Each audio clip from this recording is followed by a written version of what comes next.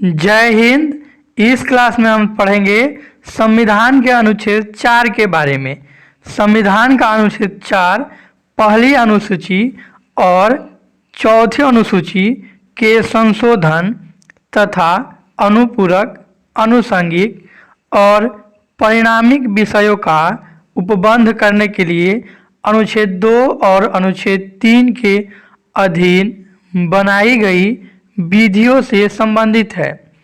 अनुच्छेद 4 को समझने के लिए आपको सबसे पहले अनुच्छेद 2 और अनुच्छेद 3 तथा अनुच्छेद 368 को ठीक से समझना पड़ेगा।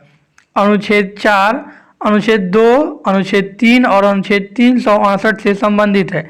तो आइए सबसे पहले हम आपको अनुच्छेद 2 और 3 तथा 368 के बारे में बताते हैं। उसके बाद हम अनुच्छेद 4 के बारे में व्याख्या सहित जानेंगे।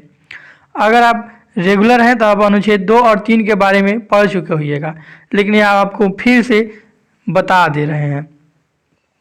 अनुच्छेद 2 में नए राज्यों का प्रवेश या स्थापना से संबंधित विवरण दिया गया है।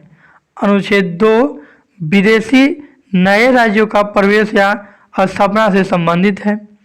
अनुच्छेद 2 कहता है कि संसद विधि द्वारा ऐसे निबंधनों और शर्तों पर जो वह ठीक समझे संघ में नए राज्यों का या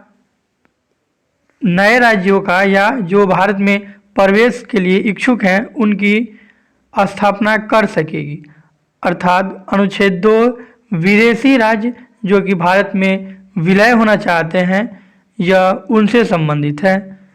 ऐसे ही आइए अब अनुच्छेद 3 के बारे में जान लेते हैं। अनुच्छेद 3 भारतीय नए राज्यों का निर्माण और वर्तमान राज्यों के क्षेत्रों, सीमाओं या उनके नामों में परिवर्तन से संबंधित है। अनुच्छेद 3 भारतीय संसद को निम्न प्रकार का शक्तियाँ प्रदान करता है। अनुच्छेद 3 के अनुसार भारतीय संसद विधि द्वारा किसी राज्य में से उसका राज्य क्षेत्र अलग करके अथवा 2 या 2 से अधिक राज्यों को या राज्यों के भागों को मिलाकर अथवा किसी राज्य क्षेत्र को किसी अन्य राज्य के भाग के साथ मिलाकर नए राज्यों का निर्माण कर सकेगी। यह भारतीय संसद को यह अधिकार प्रदान करता है। अनुच्छेद 3 के तहत अनुच्छेद 3 के ख में दिया गया है किसी राज्य का क्षेत्र बढ़ा सकती है, किसी राज्य का क्षेत्र घटा भी सकती है, किसी राज्य की सीमाओं में परिवर्तन कर सकती है, किसी राज्य के नामों में परिवर्तन कर सकती है। तो यह भारतीय संविधान द्वारा भारतीय संसद को दिए गए अधिकारों में से है। तो हमने अनुच्छेद 2 पढ़ लिया, अनुच्छेद 3 समझ लिया। अब अनुच्छेद 368 देख लेते हैं। अनुच्छेद 368 संविधान का संशोधन करने की संसद की शक्ति और उसके लिए प्रक्रिया से संबंधित है। अनुच्छेद 368 कहता है कि इस संविधान में किसी बात के होते हुए भी संसद अपनी संविधायी शक्ति का प्रयोग करते हुए इस संविधान के किसी उपबंध का परिवर्तन या निरसन के रूप में संशोधन कर सकती है। यह अनुच्छेद 368 द्वारा संविधान को अधिकार दिया गया है। सीधे शब्दों में हम समझे तो अनुच्छेद 368 भारतीय संसद को संविधान का संशोधन करने का अधिकार प्रदान करता है। अब इन सब के बाद हम अनुच्छेद 4 पे चलते हैं कि अनुच्छेद 4 क्या कहता है। अनुच्छेद 4 के अनुसार संविधान अनुच्छेद 4 में यह घोषित किया गया है, अर्थात संविधान के अनुच्छेद 4 में यह घोषित किया गया है कि नए राज्यों का प्रवेश या गठन अनुच्छेद 2 के अंतर्गत, जो कि अभी हमने आपको बताया, नए राज्यों के निर्माण, सीमाओं, क्षेत्रों और नामों में परिवर्तन अनुच्छेद 3 के अनुसार, ये भी हमने आपको अभी बताया। इन सब को संविधान के अनुच्छेद 368 के तहत संशोधन नहीं माना जाएगा। अर्थात विदेशी राज्यों को भारत में शामिल करना हो तो इसे अनुच्छेद 2 के तहत किया जाएगा, और भारतीय राज्यों का परिसीमन करना हो, पुनर्सीमन करना हो तो इसे अनुच्छेद 3 के तहत किया जाएगा, और इसे अनुच्छेद 368 के तहत संशोधन नहीं माना जाएगा। अनुच्छेद 368 में जटिल और बड़े बड़े परियोजना का जो है संविधान संशोधन किया जाता है, लेकिन भारत में किसी विदेशी राज्य को मिलाने या भारतीय राज्यों को अलग करने के लिए भारत के संविधान संशोधन करने की आवश्यकता नहीं है।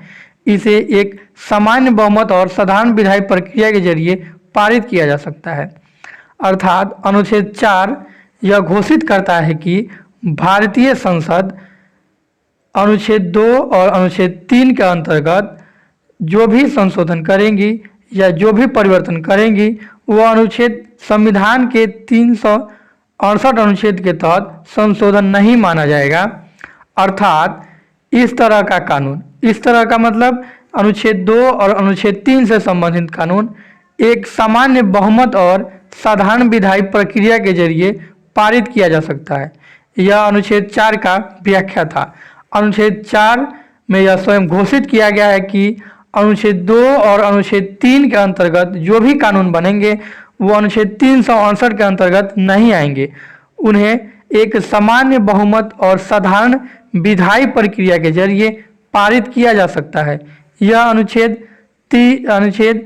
4 का स्टेटमेंट है, व्याख्या है। आइए अब हम अनुच्छेद 4 का संविधान में स्टेटमेंट क्या दिया गया है ये आपको स्टेटमेंट ही बता रहे हैं। यह अनुच्छेद 4 का स्टेटमेंट है जो कि संविधान के मूल प्रति में दिया गया है। अनुच्छेद 4 का संविधान का स्टेटमेंट कुछ इस प्रकार है। पहली अनुसूची और चौथी अनुसूची के संशोधन तथा अनुपूरक, आनुषंगिक और परिणामिक विषयों का उपबंध करने के लिए अनुच्छेद 2 और अनुच्छेद 3 के अधीन बनाई गई विधियों से संबंधित है अनुच्छेद 4। अनुच्छेद 4 कहता है, अनुच्छेद 4 में 2 उपभाग है।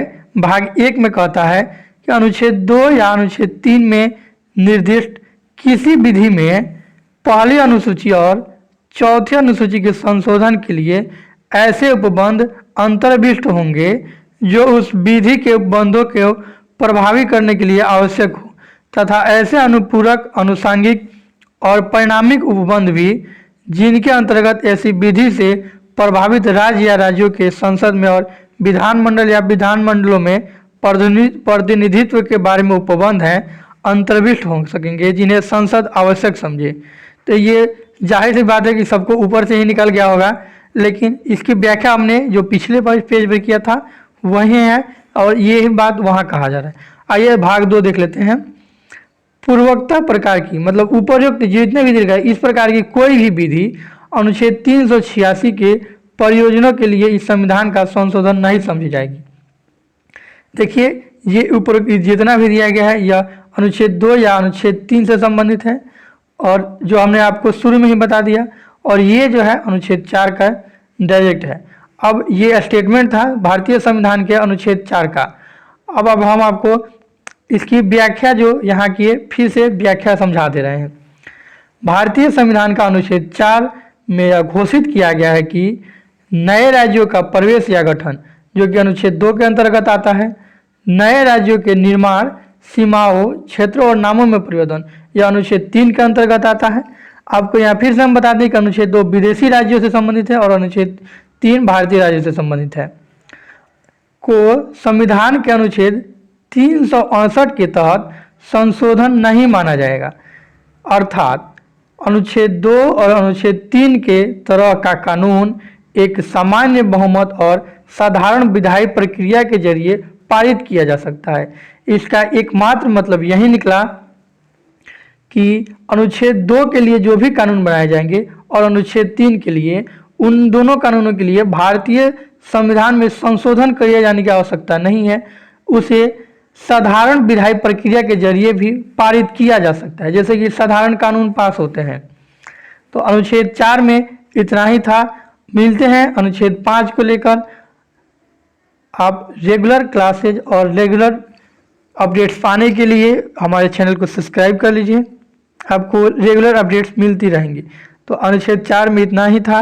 अनुच्छेद 4 में हम आपको बता देना चाहेंगे कि अनुच्छेद 4 जो है संविधान के भाग 1 में, अभी तक हम भाग 1 पढ़ रहे थे, भाग 1, और यह अनुच्छेद 1 से 4 तक संबंधित है। संविधान का भाग 1 अनुच्छेद 1 से 4 तक था। कल से हम संविधान का भाग 2 जो कि 5 से 11 अनुच्छेद तक है उसे पढ़ेंगे। मिलते हैं कल, तब तक के लिए जय हिंद।